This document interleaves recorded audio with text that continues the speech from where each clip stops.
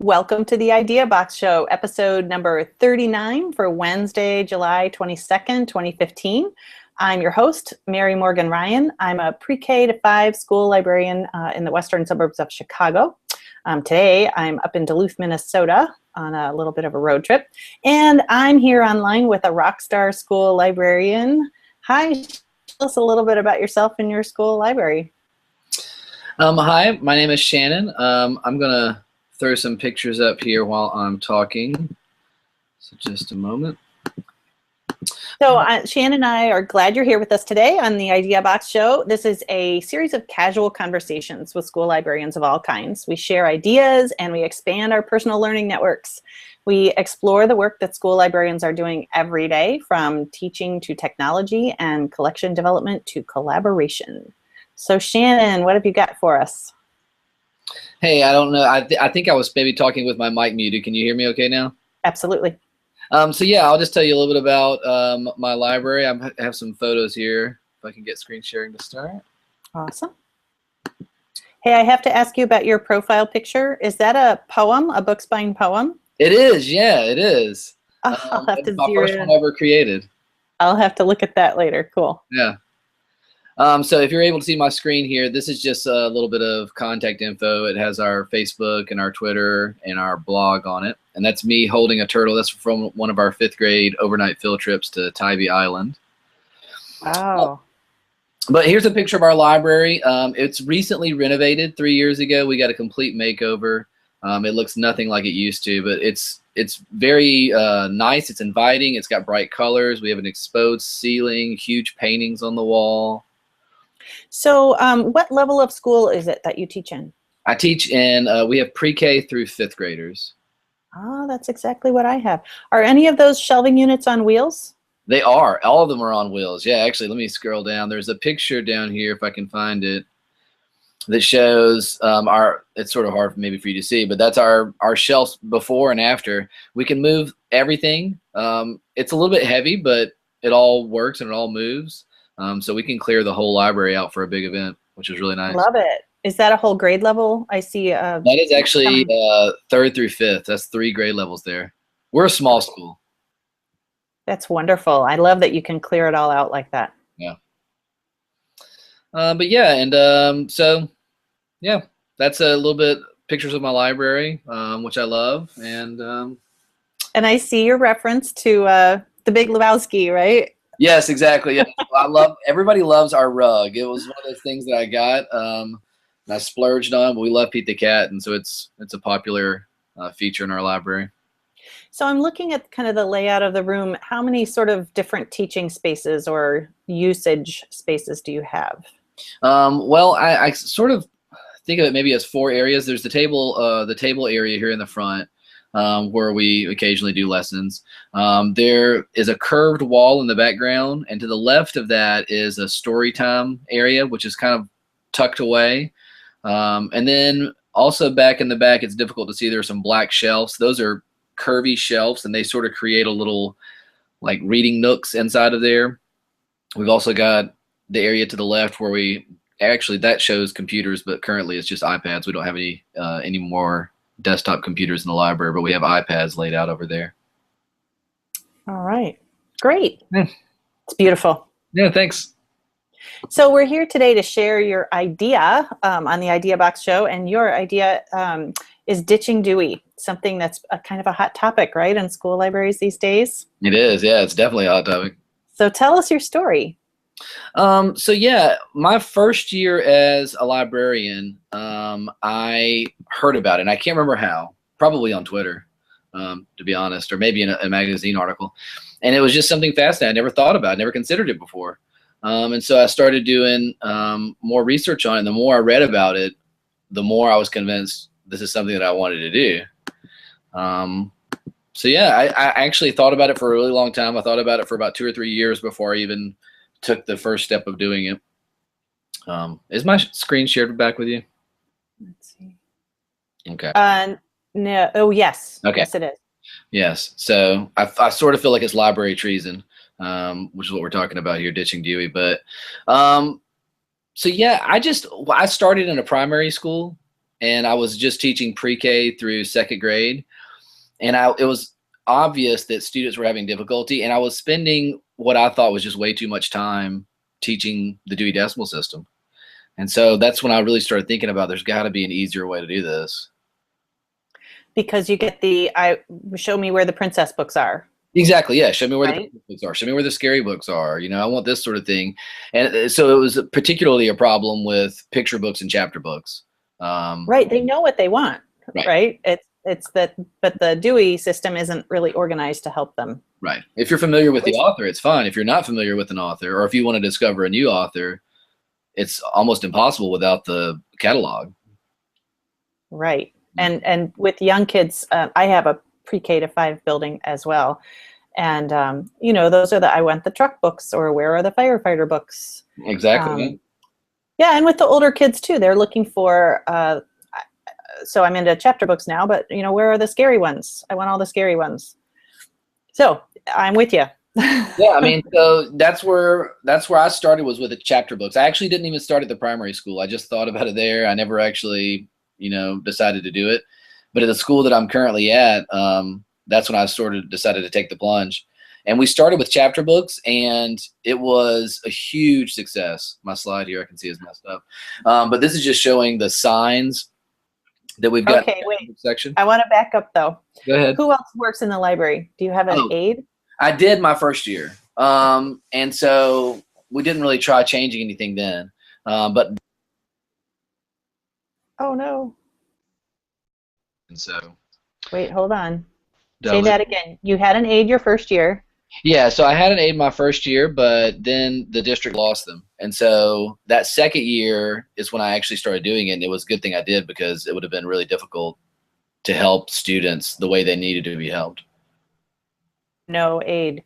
Yeah. So did you talk about it with your parents?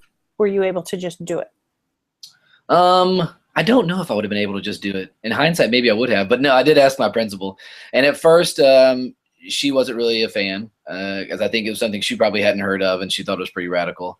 But I just waited a while, and I gave her a packet of information about it. And after reading that and thinking about it a little bit more, she decided to let me try it. And I told her that we were going to try it in baby steps. Nothing we've done has been irreversible. Like, I still leave the Dewey Spine label on there. So if in the future my replacement may want to undo everything, if he or she wants to, they can. Yeah. Okay, great. Okay. So you decided, yes, I'm going to take the plunge. Mm-hmm. And you were telling us that you started with chapter books. Yeah, so I started with chapter books just because for some reason, I thought that would be the easiest. It's not a big section in my library, or not our biggest section.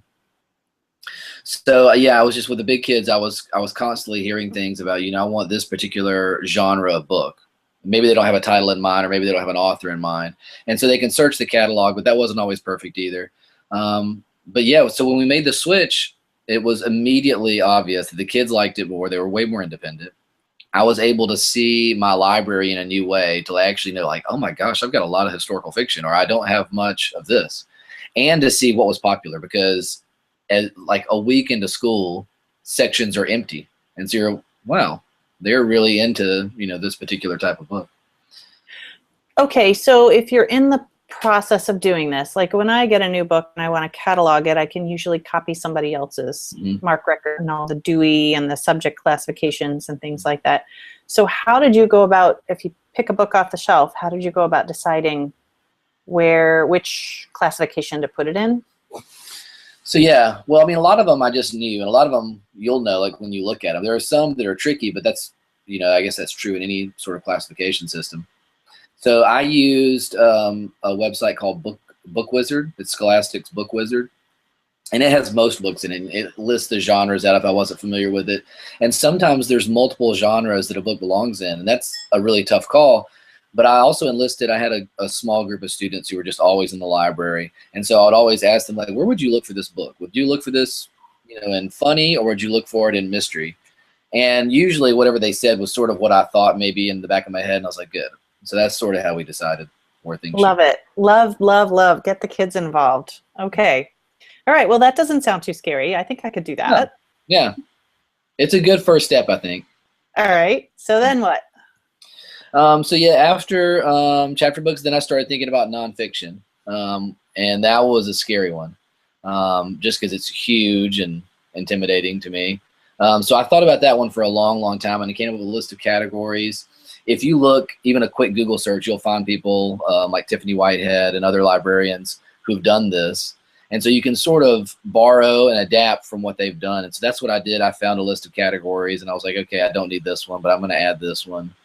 And sort of started mapping it out of my head. And then I did that one over summer break, thankfully, because that one took a lot of man hours from my wife and from me and other friends who were silly enough to help. Yeah.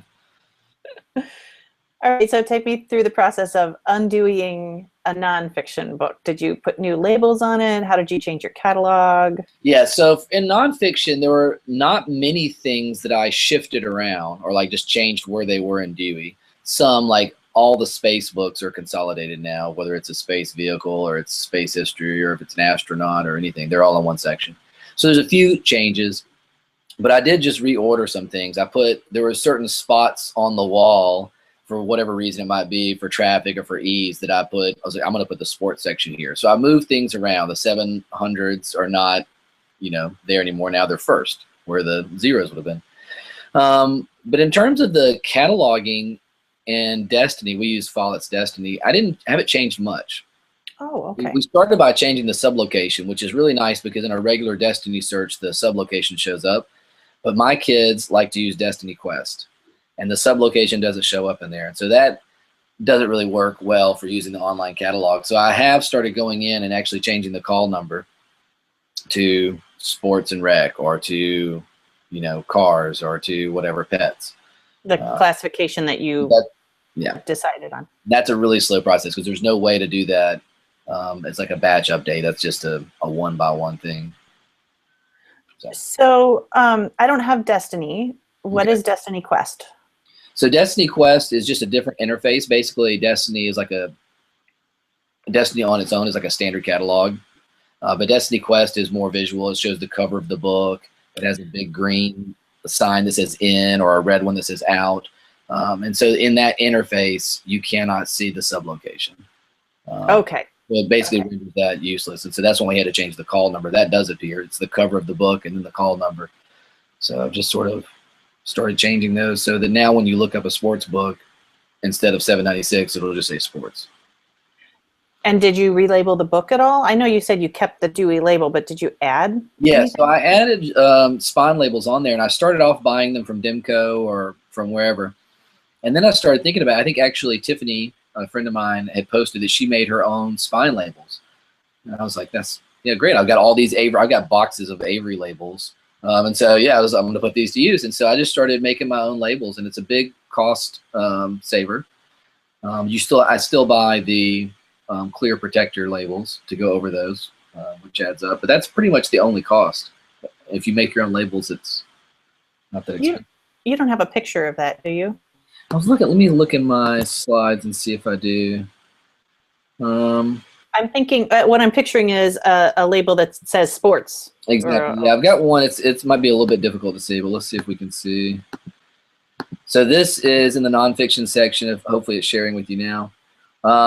These are the space books here, and it's a little bit difficult to see, but it's a purple sticker, and I put it right above the Dewey spine label. So they're both still there. And what I've also done, this picture doesn't reflect it, but on the sign that says space, I also have a spine sticker there, so that it also makes shelving really easy for my volunteers, because they can actually take the book, look at the sticker for it. All you got to do is find the shelf with that sticker, and that's where it goes.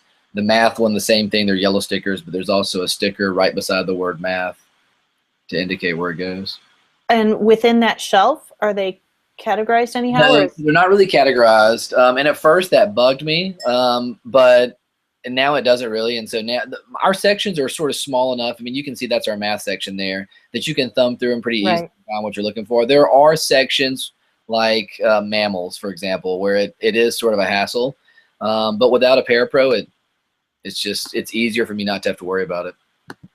Absolutely. My picture books are like that. As long as they make it into the correct bin, that's fine. Yeah. Right. Gosh, I have so many questions for you. Biographies. And it sounds to me like what you're saying is you took the biographies and split them into a subject area. So then, just on a practical basis, what happens when third grade is studying biography and your teachers want a cart in the room, or they want maybe their kids to all come in and check out a biography? Today's job is to check out a biography. So how do you handle that? Well, biography is our latest endeavor, my latest endeavor in this. And so what happened was, the reason I originally decided to do is biographies weren't getting a lot of love. Just if you're Justin Bieber or Beyonce, it's good, but there's so many other good biographies and people weren't looking at them. And so specifically sports, I really thought that if I took my sports biographies and put them in the sports section, that they would get more love, and they have. But I also think that it's not too difficult to find them, because they started off in a section on their own with biography stickers. And so for what I've done now is my spines are getting covered in stickers, but it would just say biography and sports.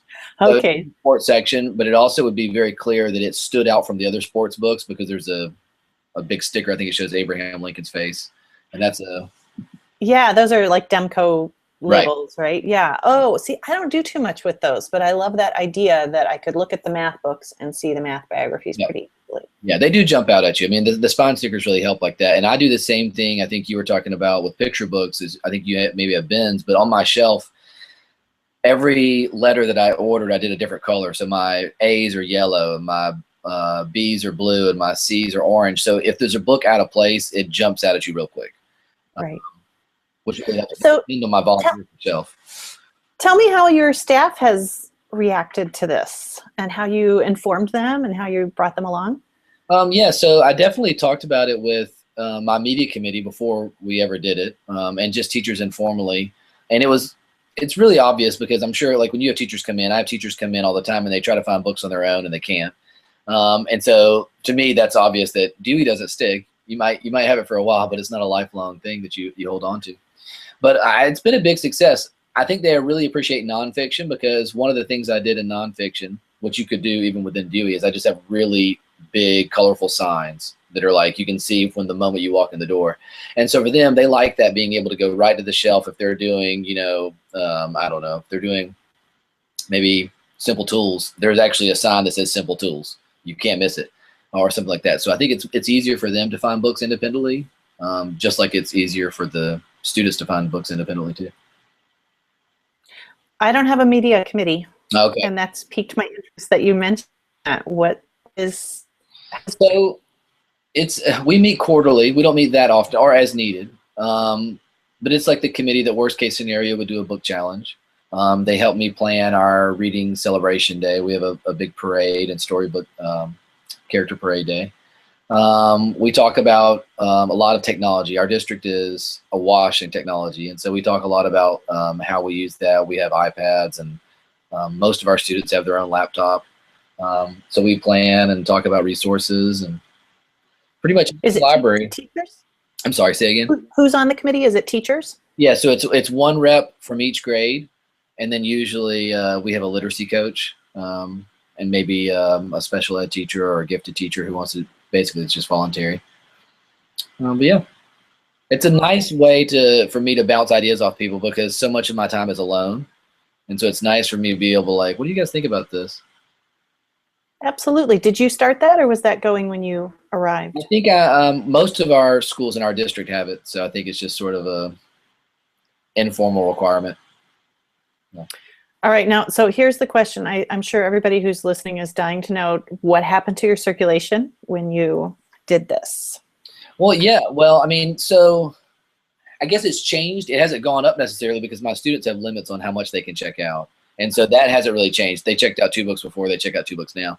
But I think it's shifted in a lot of ways. And so I definitely think the chapter books are getting way more love than they used to, and especially certain chapter books. There are certain ones like the R.L. Stine books that were popular before.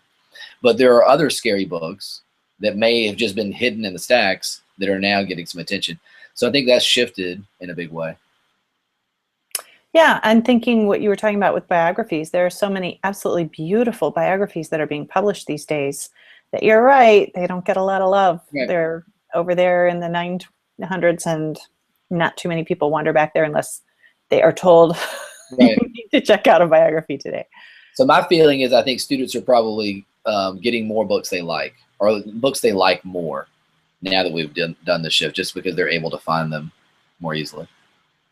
Do you see kids looking through, like I was looking at our show notes to see your categories, like funny. Mm-hmm. Okay. I'm thinking, listening to you, that I might get more kids who would be willing to just browse a shelf Mm-hmm. and look at books a little more carefully if it were categorized the way that you've done it. Do you, anecdotally, are you seeing that? Oh, yeah. I mean, there are students, funny is one, I mean, everybody goes to. That's a wildly popular one. Scary is another one. But it's also been, what's really been neat is to see the 2 or 3 kids in a grade level that might peruse the section, who, like, that would have been a really tough find earlier, just browsing the shelves. And it's tough to name those authors, but for those kids to be able to easily find new authors, new books, that's been really fun to watch. So I've actually liked watching like categories like historical fiction, mystery is not one of the really popular ones, but there's a certain set of kids that really like it, and so I like that. I like being able to see that. Do you have science fiction as one of your? We do, yeah. Oh, sci-fi fantasy. Okay. Yes, fantasy are together. Okay. I bet that's a pretty big. That's a really big section. I've actually thought about splitting those up, but it gets really tough when you're deciding, where something should go. It's like, I'm just going to put them together. That's what I was going to ask you, Shannon. I was going to how did you figure to decide that? Comic books is another one. I mean, a lot of libraries have done that, just pulled all their comic books out. So that's another section that's really, really popular. Whereas before, some of them might have been in nonfiction categories. We have some comic books about the human body. And that's a section that, like, nobody's going to go and look in the 600s, or the 500s. But now they're really going to check out those comic books just because they love comic books. It doesn't matter what they're about. So it's like you're tricking them into learning. For sure. Yeah. Picture books. What did you do with your picture books? I haven't done anything with picture books yet. They're still in ABC order. And it's one of those things I've thought a lot about, but it's a tough one because I don't think they split into genres as easily as the chapter books do. And so I'm afraid I would have one huge genre of section of books and then other small ones. And so I'm still thinking about that. That's a tough one. I'm open to if anyone has suggestions. Yeah, exactly. I would love to hear them as well. Okay, so we are all on tight budgets. How much did this cost for you to make this shift? So the first thing I guess I spent a lot of money on were the spine levels because I bought a bunch from catalogs. So that adds up. And then the other thing I did was I made signs, which doesn't really have anything to do with this. I mean, a lot of people who are making the change could probably reuse a lot of signs they already have. But I went through and bought probably 20 or 30 trifold poster boards and cut them up and made my signs out of those. So that was a cost involved. But the main cost is just your hours. You shouldn't think that it's not going to take a lot of time because it takes a massive amount of time. And so that was it wasn't a big deal to me because I'm kind of a nerd on things like this and I love doing it and it helped me weed and I love weeding. But it does take a lot of time. That's the cost. How big is your collection? Oh gosh, I think our general collection out in the library is maybe 12,000. Okay. And how did you make a sign out of a trifold? So yeah, we have. Let me go back to this screen share picture that shows it pretty well. So actually, since my collection is not huge, I had a little extra room. So on that picture on the left, you can see that I used some empty shelves to sort of create a backdrop for the poster board. And then I just used double-sided tape and I cut the poster board into strips and just sort of plastered it onto those sections in the middle there. Okay, so it's that you got the trifolds because they're heavy duty, like. Yeah, they're heavy duty, they're strong. And so yeah, I just figured, and they were colorful, and so that's what I wanted to sort of do. Since after we got renovated, we had all these bright colors, and so I wanted to sort of tap into that too. Yeah. Okay, wait, stop, go back. Oh, wait, I want to lock on you there. Can you go down and show me? Oh, yeah, that's what you were showing me, signs. Yeah. Okay. And then there's, these are our picture books now. They're not, so they're just in ABC order, but I've made it sort of as easy as I can because it says like, last names that start with T. Because I don't know if your students are like mine, but they sometimes think the first name is the letter that you go by. So I try No, to, my students never do that, ever. I have as many reminders as I can that it's the last name. And again, I mean, that only helps if you know that you want a Dr. Seuss book. If you want a princess book, you're still out of luck. You can either ask me or you can look on the catalog, but that's pretty much, or just browse the shelf, but that's pretty much the only way. Yeah. I am very fortunate. My PTO provided me with fun or bin shelving that's face out for my picture books. Oh, So you can flip through them, as in the old days you might have flipped through at a record store. yeah, that's They're all cool. facing you. And I love that. I love to see the kids just, browsing, because really it's the cover that's going to sell you on a picture book, Exactly. not that little tiny spine. No, exactly. Okay, so you're showing us this. Are you showing us the spines? Oh, you were, but now Oh you're yeah, not. yeah, I can get back to that. So Yeah. this is just, I didn't have a really great picture, but just sort of talking about it here. Like in the picture books, well, this is not picture books actually. This is comic books and music and movies and TV. But that does show on the sign where I put the spine level. Like I was saying, that really helps. I have fifth graders who help me shelf and volunteers who come in and help me shelf, and so it makes it easy for them. Yeah. And I do have a few spots to put front-facing books, but I like that idea of what you were talking about, being able to flip through them. That's nice. It's really lovely. I'll send you if you want. Okay.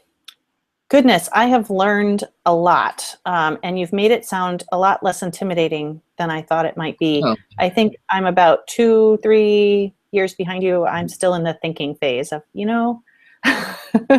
this system really isn't working for my young readers. Yeah. And one of the arguments that people make for keeping Dewey is that when students visit other libraries, they need to be familiar with that, so that, but I don't see that.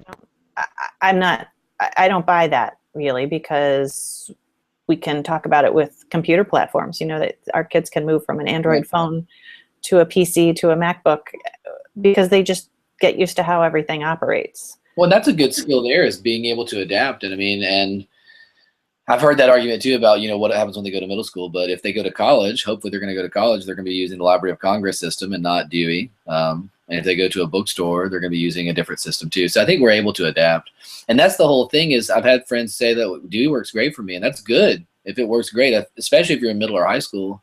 And I love Dewey too. I'm a nerd about that. I love the Dewey Decimal System, but it just wasn't working for my kids in my situation. And maybe if I still had a Parapro, it would have been easier too. Yeah. But if you're without a Parapro and you're teaching lessons constantly and you're looking for ways to make it easier, this is something that it might be for you. Right. The kids can help themselves a lot more easily. And they like that feeling, it makes it more their library, and they feel more confident when they come in. Okay. So let's say that you're talking to somebody who is just at the beginning. They've thought it through and decided, yes, this is where I want to go.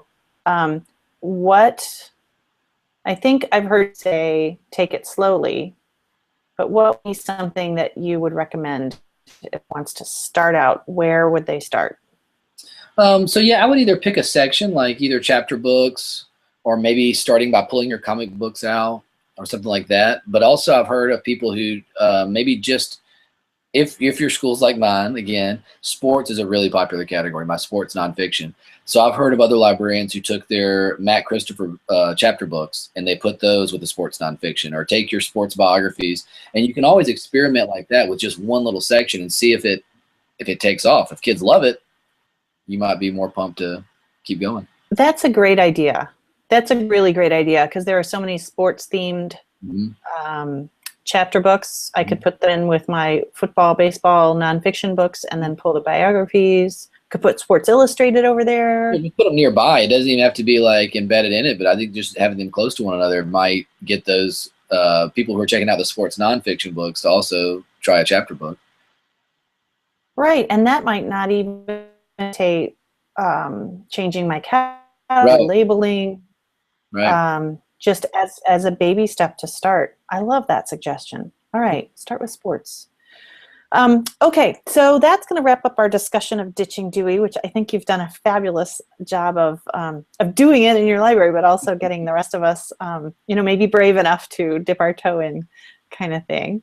And I love that it was not a problem for your teachers too. I think that's really good to hear from somebody on the other side of the process. So people don't always think about what's happening in school libraries today. You know, and I think Dewey is a great example. We picture Dewey from when we went to school. That's what a school library is. And you know, our parents, our community, and the wider world really need to know the exciting things that are happening in school libraries today. So are you talking up this process? How's the world finding out about your new classification scheme? So I use Twitter a lot, and that's mostly to connect, I guess, with other librarians. Maybe not primarily, but mostly. And then we have a Facebook page that's mostly connected to members of our community, parents. And then we have a blog, which I don't write on much, and I don't know that we have much readers. So I'd say primarily Twitter. I just love Twitter, and I think it's a way to reach a lot of people. And I've definitely made connections by tweeting about ditching Dewey and things like that. And your account is your library account, right? Or at least your handle. So if somebody was looking for it, that's how they'd find you. And of course, that's in the show notes and right there on your lower third. So that's great. Are you going to put, I know you've written a couple blog posts about this. Is there a link to those in the show notes? I will at least in there, yeah. And we also have just on the blog, there's labels on the right. And if you click on bookstore model or genreification, that pulls them all up. I'll add the link. Not already there. Yeah. Oh, here it is. It's all here. Your Facebook link and your blog. That's great. Well, thanks so much, Shannon, for telling us a little bit about your big adventure of ditching Dewey. I'm sure a lot of people will learn from that. We are going to move to our next segment, which is shout outs.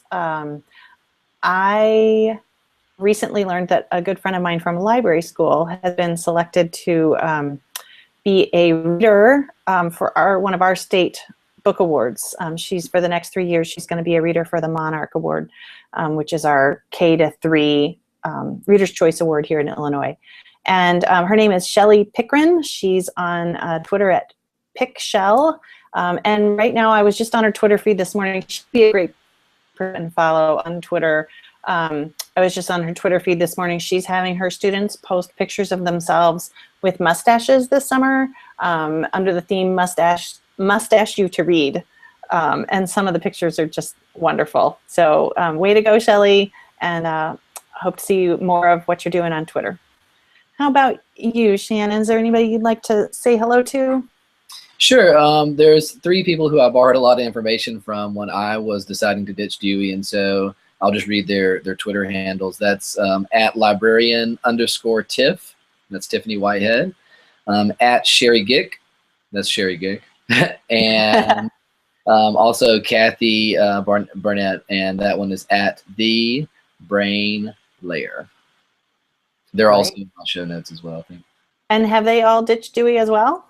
They have to some degree, yeah. So some more than others, but yeah. And they did a presentation at the AASL in 2013 that I attended. Great. And our last segment is kind of our catch-all segment, news, tips, or what are you reading? So I just yesterday discovered the book that I want to share, and I'm actually going to try to screen share. This is a picture of the cover. Let's see. Present to everyone. There. Is that working? Can you see that, Shannon? Yeah, I can see that. All right. So this is a wordless book, and it's called Before After. Let's see if I can. I tried this before the show, and it crashed my computer, so apologies. It's absolutely stunning. It's called Before After, and it's by 2 people. I'm going to murder their names, Anne Margot Ramstein and Matthias Aregi, I believe. And they're both author and illustrator. And the concept is on a 2-page spread or on succeeding pages, little tiny stories unfold. And it's just stunning. I'm actually going to try to screen share from the Candlewick link, one of the interior pages. Here's the Candlewick link. And if I go here, now I'm going to try to screen share again. There. Okay, so this is an example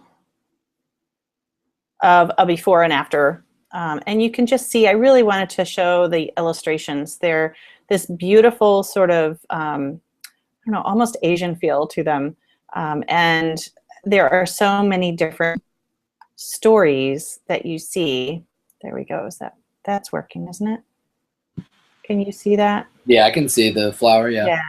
Bud and a flower. And you got to look at the chicken and the egg, because they do address the age-old question, which came first. But it's really, I think it's not just a young person's book. It's fascinating to me. I did not want to give the copy back to my friend who showed it to me. So that's my find. It was published in 2014, and I've got the link to the publisher's page in the show notes.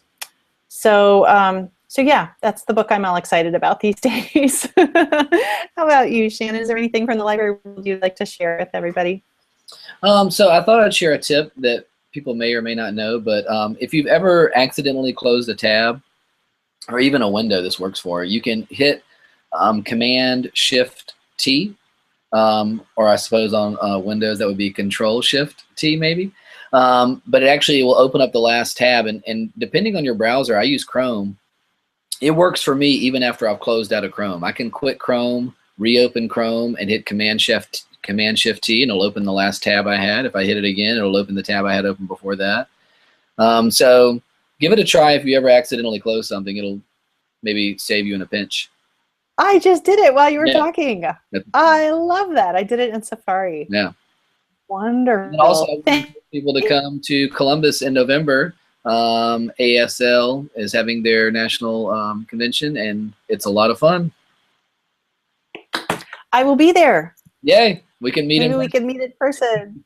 I got a travel grant for first, because I've never been. So okay. I'm still waiting on that check, but I'm excited to come to Columbus and hang out with really cool school librarians. So that's really great.